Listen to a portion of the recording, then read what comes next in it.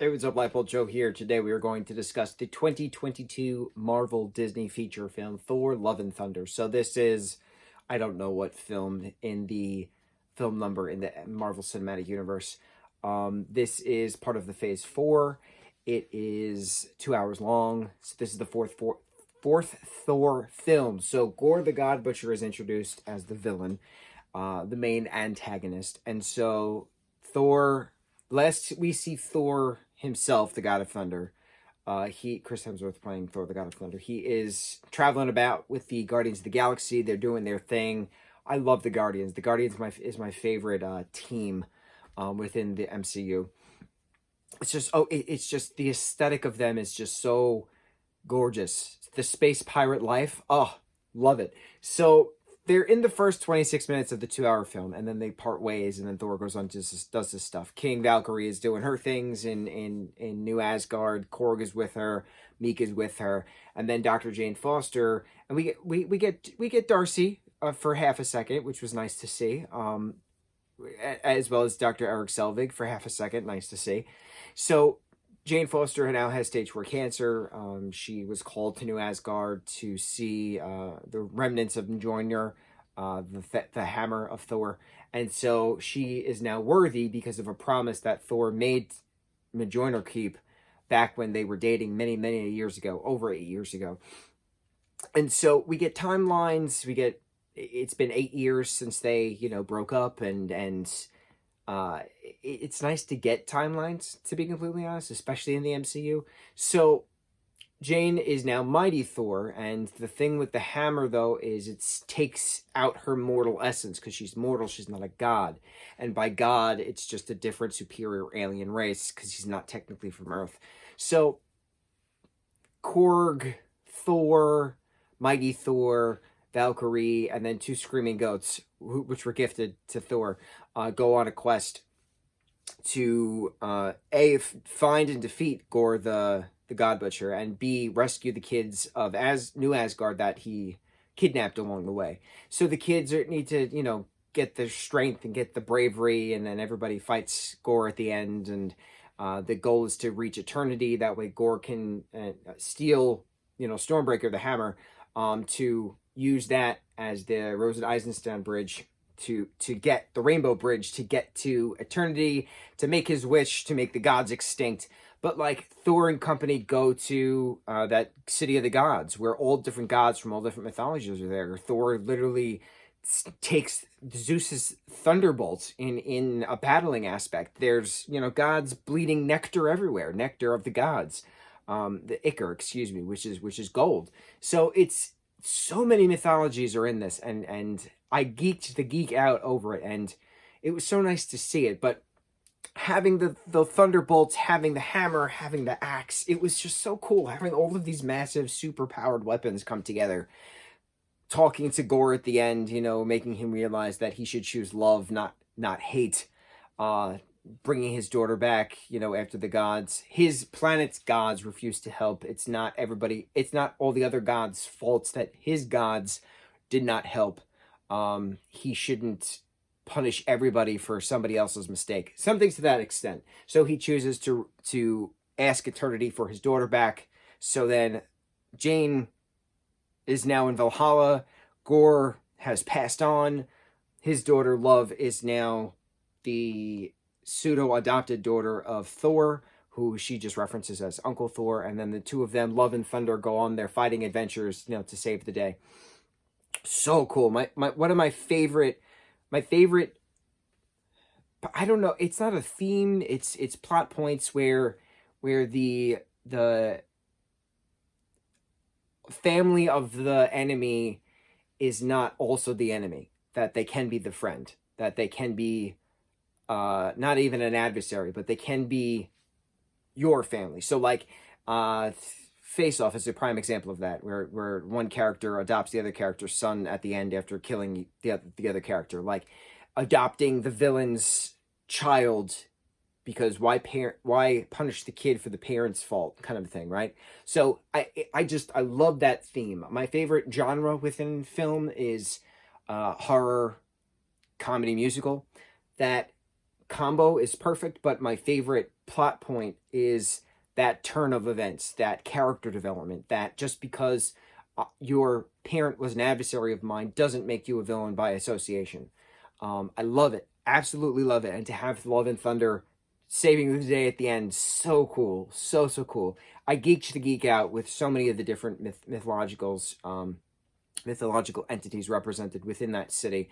Having Zeus coming back and, talking to his son Hercules, saying, Thor needs to go. And Hercules goes, yes, my father. And leading into a Hercules and Thor showdown, oh, I geeked the geek out. I can't wait. I can't wait. If Odin is the equivalent to Zeus and if Thor is then the equivalent to Hercules, bro, the two sons face to face. I can't wait. I loved the representation matters aspect of it. I love that Korg, fell in love with a fellow male rock person at the end whose name I can't remember their race. Valkyrie talking about ex-girlfriends. Like, I appreciate how nonchalant everybody was about this. Korg having two fathers. It was wonderful because it's illogical to focus so much on that when it doesn't involve anything to do with the plot. It's people being people or beings being beings, because not every being is a person, right? Korg is a rock person. So, like, love who you want, and that's it. That's it. As long as you're safe, happy, and healthy, why does it matter? So I understand why a lot of people didn't like this movie. There was a lot of mythology to this, and you have to read mythology to appreciate mythology. So I get it.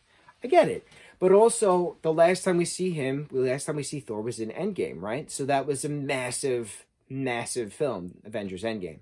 And so a lot of Marvel fans going into this film were expecting high-level, universal stuff, right? Because that's what we got in the last movie that Thor was in. But this is a very simple, the kids were stolen, let's go rescue the kids. Let's save a whole race of entities from a mass genocide. That was a very simple plot point compared to saving a universe. It was very, let's rescue the kids versus let's save a universe. Different. But that's the point. It's supposed to be different. It's not a team of Avengers saving half the population of the universe. It's a team of 4 trying to rescue 40 kids that were stolen from New Asgard. And then try to make sure that the gods don't go extinct in the process. It's simple, comparative, and I get why people didn't like it as much, but it was still good movie. Like Melissa McCarthy playing that actor of Hela character and Matt Damon playing the Loki character again as the stage productions. Hysterical. I remember seeing the behind the scenes, sneaky paparazzi shots back when they were filming this in Australia of them in costume on the stage. Loved it. I really, really, really like this film. I understand why people didn't like it, but mythology is everywhere, right? The old stories of the gods and goddesses and ruling of different cultures, and you pray to a god for rain, you pray to a god for lightning, things. That whole speech Zeus gave at the end, but it's different now. We have the internet. We understand science. It's very different. It's also important to note that our modern mythology are the superheroes. We have our various comic superheroes for about 100 years, roughly. But 100 years of our current gods and goddesses versus tens of thousands of years of gods and goddesses is different. That is a fraction compared to the tens of thousands of years of mythological stories from different cultures that don't even exist anymore, most of them. So it's different. Our current gods and goddesses, our current mythology is represented in book, but it's also represented in screen, and it's shared in a global front for all different cultures representing one singular culture. So cool. Not a thing back. Oh, I got some chills saying that. It wasn't a thing back then. The Egyptian gods had nothing to do with, Sumerian gods, or the Egyptian gods had nothing to do with Mayan gods. Had nothing to do with each other. But, like, different cultures had different gods for roughly the same thing. Yes, Greco-Roman gods are the same gods, just with slightly different personalities and slightly different names here and there. But like every culture in that general area had different things. But like people had their own gods for certain reasons, and they prayed to their own gods for certain reasons.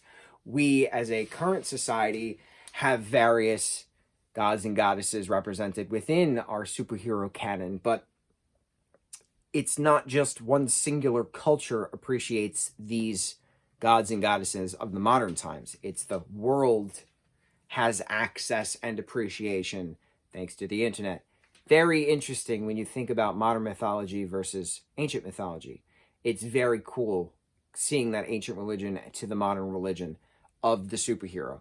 Very, very smart, very neat, very curious to see what happens next. See? Who would have thought this fourth Thor film would get me into this whole philosophical study of mythology and psyche? It's just so cool how certain projects can make you think. And that's what's cool about books. That's what's cool about film. That's what's cool about shows. That's what's cool about musicals. That's what's cool about plays in general. It's nice to question. If you don't question, you're never going to learn. And if you think you have all the answers, you're wrong, because there's always something you can learn. There's always something you can learn. That is all I got. On to the next review. Mucho mahalo.